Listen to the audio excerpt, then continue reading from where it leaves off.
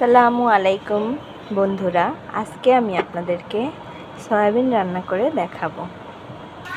প্রথমে 10 মিনিট সয়াবিনগুলো ভিজিয়ে রাখবো। ভিজিয়ে নেবার পরে এরকমের ফুলে মোটা হয়ে যাবে।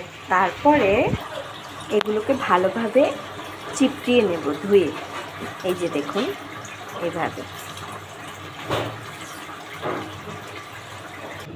তারপর আমি মশলা বেটে নেব। এখানে পেঁয়াজ বেটে নেব, রসুন কুচি বেটে নেব, আদা কুচি বেটে নেব, জিরা, একটি এলাচ, দুটো দারচিনি বেটে নেব।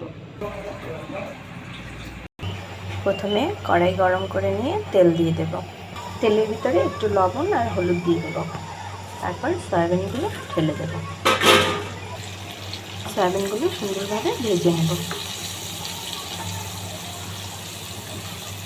একটু হলুদ দিলে কালারটা সুন্দর হয়, সাদা ভাবটা থাকে না।